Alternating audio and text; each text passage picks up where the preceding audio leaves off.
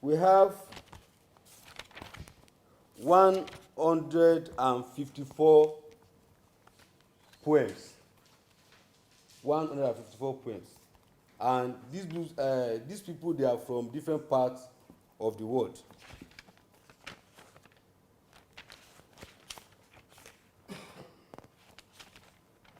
The preface is written by Dr. Pedrito Marrero, the ambassador of World Institute for Peace from United States of America. He lives in Fort Myers in Florida. Also, the foreword is written by Rania Angela Cody. She will join us soon. That's the ambassador at large for World Institute for Peace in Greece and Sweden. While I myself put down the dedication. So, before we round up from this program,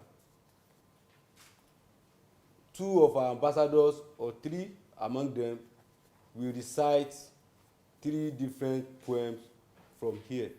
I thank you so much.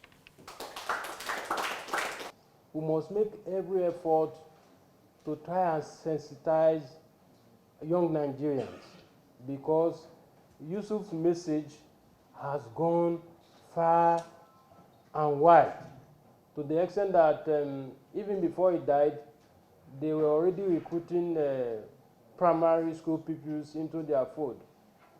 And I recall saying then that the death of Yusuf alone cannot put an end to insurgency, that we must take other measures to ensure that we curb insurgency. A Kaduna-based security expert, Group Captain Sadiq Garba-Shehu, retired, said Nigeria was not spending enough on security. He said the government needed to put in more resources to increase the human capacity of the military. I agree with him. And provide equipment and training as a way of ending banditry in the country. He advised that the government must allow follow-up on the money when appropriated, saying if the money is not followed, it could be misused or stolen. I totally agree with the submissions.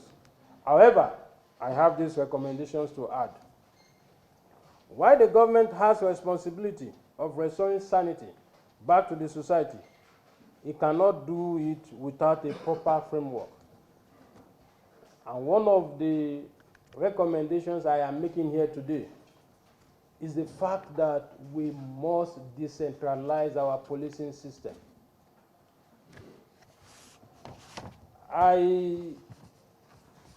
Having lived in Maiduguri, I worked very closely with Senator Kashim Shettima as governor for 8 years.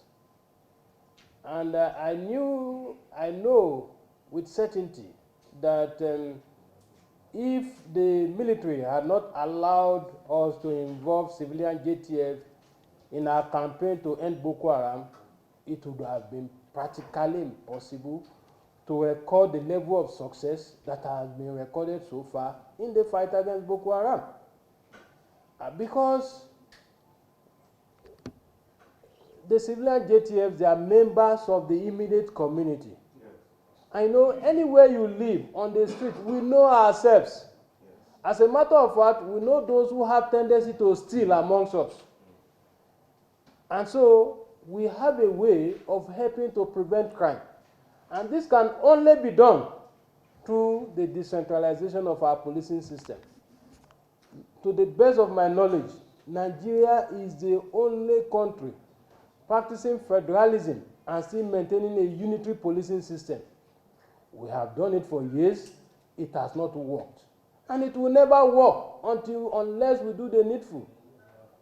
Because when you send a Suleiman from, say, Kaduna to Bayelsa, it will take him months to acclimatize. And in fighting security, language is very, very key in intelligence gathering. If you don't understand the language, what intelligence can you gather? No matter how sophisticated your weapons are, if you don't have the basic knowledge, you can't do much. Therefore, I am advocating very strongly for a decentralization of our policing system. it is the way to go. Look at the Southwest today. Amotekun has helped tremendously to curb the menace of kidnapping. For instance, in Osun, where I come from, it is not as if we never had our own fair share of kidnapping, but you hardly hear of it because no one lasts beyond 48 hours. Usually, the Amotekun is a combination of local vigilantes, local hunters, and other civilians. And so each time there is intelligence, once they get to the forest, the police will say, well, they cannot go beyond this place. And so it's the hunters that will enter. And most often, they have always succeeded in their operations. Therefore, look at Lagos-Ibadan Expressway. Before the deployment of Amotekun, kidnapping occurs there almost on daily basis. In fact, my elder brother, my blood brother, escaped narrowly. I can't remember the date. The date they kidnapped one professor from Ogun State. Okay. That was the day it happened. If his vehicle had not been a bulletproof vehicle, maybe we would have been saying a different story today. He himself and the wife escaped narrowly on that same stretch of land. And this thing happened between 5 and 6 p.m. in the evening. Again, I tell people, Kaduna-Abuja Road, Kateri has always been a bad spot since I was in school in Katpoli. And I left Katpoli in 1999. And so the issue about Jere, happenings about Jere is not a recent happening. I'd escaped attack there twice. One was very, very close. We were just some meters away from them. I was going to Zaria. I just left Kaduna the previous day when the late Emir of Zauzau gave us an appointment the next day. But somehow I wasn't having the urge to drive. So I invited one of the drivers in the office to help me drive the car. In fact, I told him, you just take me to Kaduna. From Abuja Junction, I will take over while you return to Abuja. I'm sure it was God that helped me to take that decision, because if I had driven, I would have surrendered. Because we were close to them. When the driver just suddenly started, reversing, I won't be able to do that, I must confess. So I'm sure God saw what was likely to happen and, made me to take the decision to invite the driver. To the governor of Nasarawa State, His Excellency Engineer Abdullahi A. Sule. I listened to the paper, or at least I got the tail end of it, and I'd like to commend the depth of the paper actually by the former Chief Press Secretary, who I felt articulated certain facts about security. So I think that in adopting a multifaceted approach, would also think about things not just about technology, but the way we treat the armed forces. It could be the military, it could be the police, to respect them, to encourage them, to make for better services, to provide training, to provide the sort of technical kit and equipment they need. And this is a dialogue that should keep on going on. Aside, of course, from the fact that he said, instead of having a centralized policing system, we have something that is attuned to the federal structure, where you have local people in local areas, dealing with that. So I'd like to commend the guest speaker, the keynote speaker, for a very illuminating paper. My governor, Engineer Abdullahi A. Sule, is a very unassuming person. He was the immediate past group managing director of Dangote Group. He studied in Indiana State University, and he's an engineer. At one time, he was the managing director of African Petroleum, AP that is. In fact, when he took over AP was supposedly in the negative, like they were owing like 22 billion, naira. And after 5 years of serving, he turned it around and made it a company that was in the positive with 5 or 6 billion naira. But subsequently, he became the group managing director of Dangote Group before he assumed office. This is his first term in office as executive governor of Nasarawa State. Nasarawa State, like begins from Nyanya upwards, Nyanya, Maraba, all the way to Masaka. So the relationship between Nasarawa State and the FCT is like you have Maryland and Washington, D.C. in America, or you have Ogun with Lagos.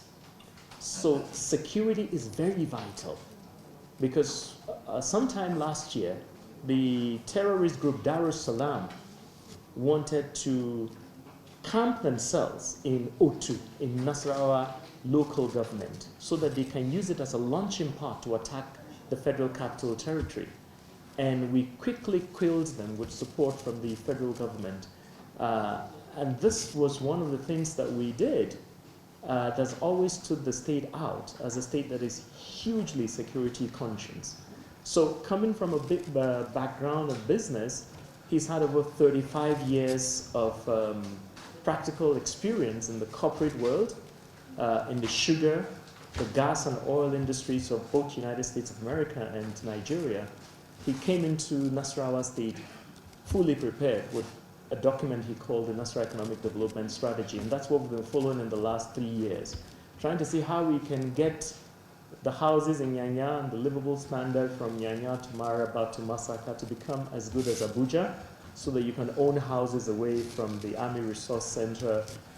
Actually, I'd like to let you into a secret.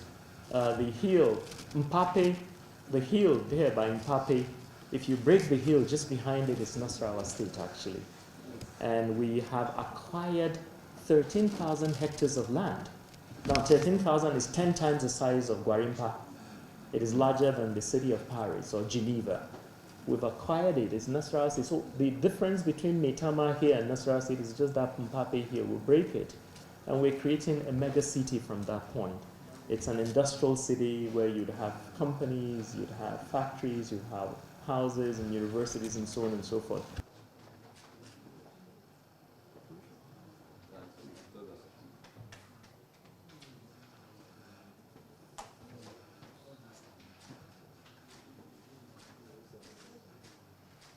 It is an award of integrity. Thank you for encouraging us in peace building, in improving on security.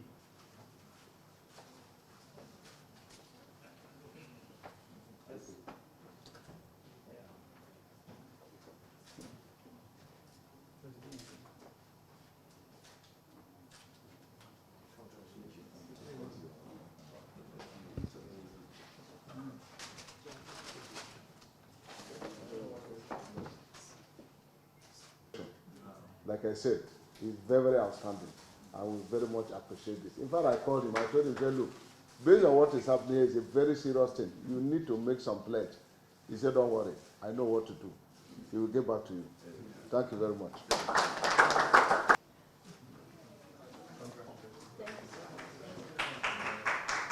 We had the program at Center for Educational Technology at Adeyemi College. That is when I started knowing about him.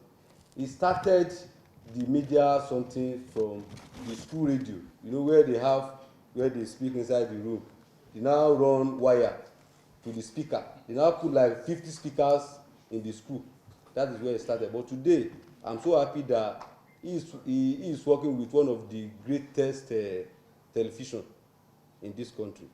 The person that will that will help me do this, please, sir, Your Excellency, DG. Thank you so much. He always speak about development on television. He always speak about development, and in Yoruba language.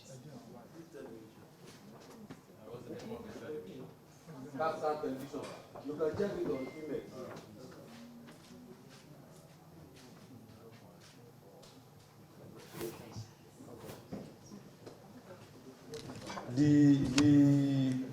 Thank you, sir. Olamide, Oga wants you to say something. I want to appreciate God first. And believe me sincerely, I am a Yoruba speaker and I speak Yoruba most often, and I believe it sincerely. I would like to actually say this so that just to entertain, you might not understand it, you might not actually know what I'm saying, but you will like it. Ogunleke Samuel Olubayo Nari, Akomeko representer, MC, Togbaski, Yaski, Whiskey, Yaski, Yaba, Yaski, entertaining, refreshing, and tantalizing. Olórin ẹ̀mí tó dáńtọ́ ààrẹ mẹ̀kúnnù káàkàtà, oníjọba òfìjọba kingdom. Èmi á máa jẹ́ kó yé gbogbo èèyàn pé ọ̀pọ̀lọpọ̀ ni kò mọ̀ pé Ọlọ́run ọba mi ló dídì fi ọ̀pọ̀lọpọ̀ ọpọlọ jíǹkì ọpọlọ tèmi tó fi sọ mí di ọ̀pọ̀lọpọ̀ láàrin pèdèpèdè káàkàtà ní ti ilé tuntun. Òjò pátápátá fún kókò lu bàtẹ́yà pátápátá apàpàtà lórí àpáta fẹ̀ràn kátàpátá sẹ́nu ó jẹran kátá tó sì lórí àpáta pátápátá alápàtà bí ní sí alápàtà àpáta tí alápàtà gbé sókè tàtàtà ọ̀pọ̀lọpọ̀ onípàtà Ọlọ́run ọba mi Èdùmàrè ni kò jẹ́ kí àpáta tí alápàtà gbé sókè tàtàtà pa alápàtà ní pátápátá. In nutshell, I'm just praising myself. Thank you very much.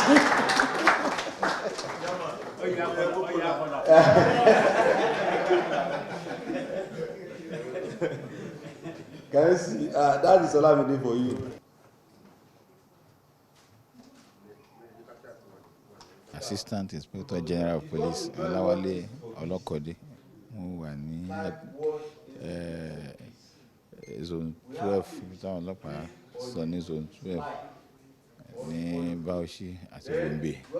Mi ni mo ń ṣe àmójútó Bauchi àti Gombe.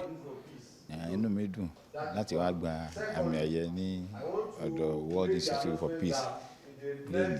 Ó jẹ́ pé àkójọ àwọn tí wọ́n fẹ́ àlàáfíà ní World Institute for Peace kò ṣe àjòjì sí mi. Ọdún tó kọjá wọ́n fún mi ní fellow World Institute for Peace.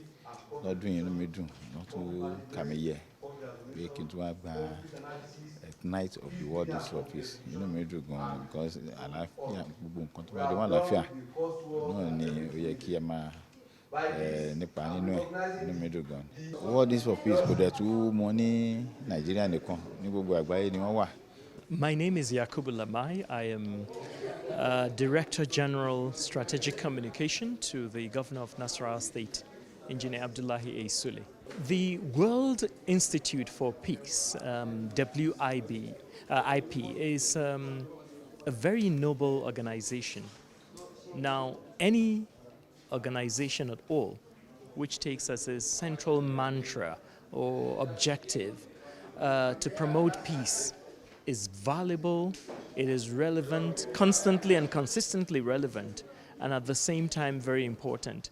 So for me, I believe that WIP is one of those core foundational institutions in this country that we require, especially because of the fact that we're a country that is hugely populous, over 200 million people, which means we're not only divergent, we can also be discordant, which means that there's so many perspectives that, come to bear. And when you're dealing with such an array of diverse people with diverse opinions and diverse ways of life, and then different religions as well, you certainly need somebody to maintain the peace, be the mediator, and keep creepers in line. That, for me, is the role of the WIP, World Institute for Peace. My name's Oyeleke, Idris Olayinka Oyeleke Ashekunlo, a native of Ikire in Osun State in the southwest of Nigeria. Based in Abuja, I am a consultant on ICT, information technology. I'm here today to identify with my people, my brothers who are organizing this particular program, World Peace Summit. It is not understatement if we say peaceful coexistence start from individual homes. It starts from individual community. It starts from individual state, and it grows up like that. If there is no peace in a particular community, definitely the whole country is in trouble. The whole country will be in disarray. And that is why we are saying that each community leader, community elders should ensure that nothing should come as form of breaching peace in their community. My name is Lamina Kamiludin Omotoyosi. I'm the executive chairman of World Institute for Peace, an organization that's saddled with responsibilities of promoting culture of peace, enhancing humanitarian services, and preserving people's rights, that has branches in over 50 countries across borders of life. First and foremost, today marks the 9th anniversary of the establishment of this organization. We started in the last 9 years, and we are marking the 9th anniversary today. And secondly, we merged it with a conference tagged International Peace Conference, where we discussed the issues on how we can curb the menace of banditry, not only in Nigeria, but across the world. My advice, let me say my pledge to Nigerians is that every one of us should see the promotion of peace as collective efforts. We should see it as a thing that not meant for a particular organization or individual, but for all.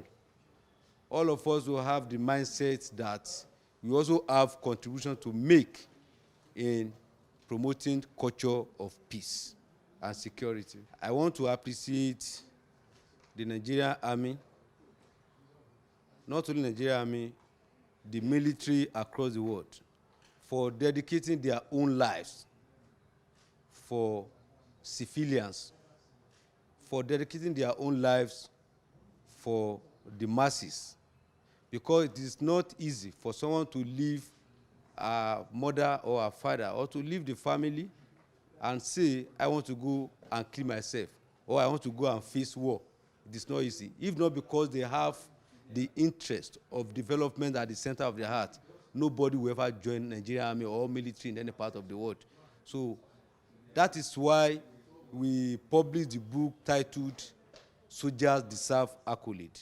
So I appreciate all soldiers across the world. I say namaste, namaskaram, and namaskara. I'm using this medium to thank everyone that attended this event today. And I believe that all the awardees, the people who won the award as Knight of World Peace today, and those who won the award as World Icon of Peace, and the newly inducted fellows of our institute will surely have it at the back of their mind that promoting culture of peace is their responsibility. So I thank everyone from all around the world that attend the event, and our ambassadors who joined via Zoom. Thank you all.